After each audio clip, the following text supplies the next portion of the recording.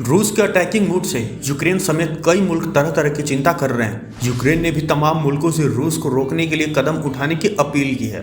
रूस के हमले के बाद बाल्टिक देशों के विदेश मंत्रियों ने रूस पर स्विफ्ट यानी society for world wide inter bank financial telecommunication से बैन लगाने की मांग की है। विदेश मंत्रियों ने कहा कि युद्ध विराम तक रूस के लिए यह सुविधा शुरू नहीं की जानी चाहिए। तो क्या है आखिर ये स्विफ्ट सुविधा जिस पर बैन लगाने से रूस को झटका लग सकता है? दरअसल स्विफ्ट एक कोड है। जिस तरह से आप भारत में बैंकिंग ट्रांजैक्शन करते हैं तो IFSC कोड जरूर भरते हैं, ठीक उसी तरह अगर आप विदेश से पैसा भेजते या मंगाते हैं तो आपको स्विफ्ट कोड का इस्तेमाल करना पड़ता है। स्विफ्ट कोड पैसा इंटरनेशनल ट्रांजैक्शन में किसी बैंक और ब्रांच की पहचान के लिए इस्तेमाल के लिए किया जाता है। इसका पूरा नाम society for world wide internet bank financial telecommunication है।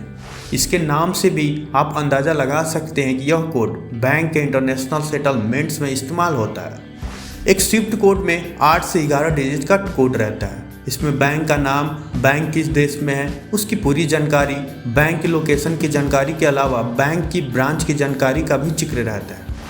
इसकी स्थापना 1973 में टेलेक्स को रिप्लेस के तौर पर हुई थी।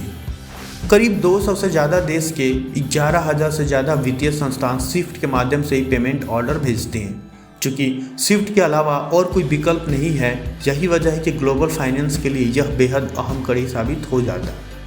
स्विफ्ट का मुख्यालय बेल्जियम में स्थित है और यह 25 लोगों के बोर्ड द्वारा शासित है। यह बेल्जियम के कानून के तहत आता है और यूरोपीय संघ के नियमों का पालन करना होता है। अगर किसी देश को इंटरनेशनल ट्रांजैक्शन करनी हो तो स्विफ्ट कोड के बगैर ये संभव नहीं है। यूक्रेन पर युद्ध के बाद रूस पर इसी स्विफ्ट कोड सिस्टम को बैन करने की मांग की गई है। अगर रूस से स्विफ्ट डिस्कनेक्ट हुआ तो उसे विदेशी मुद्रा हासिल नहीं होगी। वित्तीय संस्थानों के लिए रूस के अंदर या उससे बाहर पैसा भेजने बंद हो जाएंगे। ऐसा होने पर रूस की कंपनियां और उनके ग्राहकों को बड़ी दिक्कत का सामना करना पड़ेगा।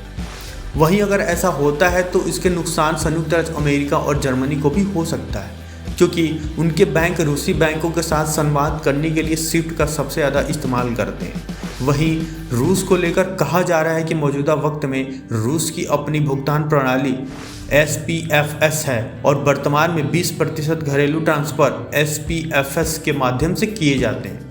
और स्विफ्ट पर बैन लगता है तो उसके पास चीन का cross border inter bank payment system एक विकल्प प्रदान कर सकता है या फिर क्रिप्टो करेंसी का विकल्प बचता है। एक्सपर्ट की माने तो ये इतना व्यवहारिक नहीं है।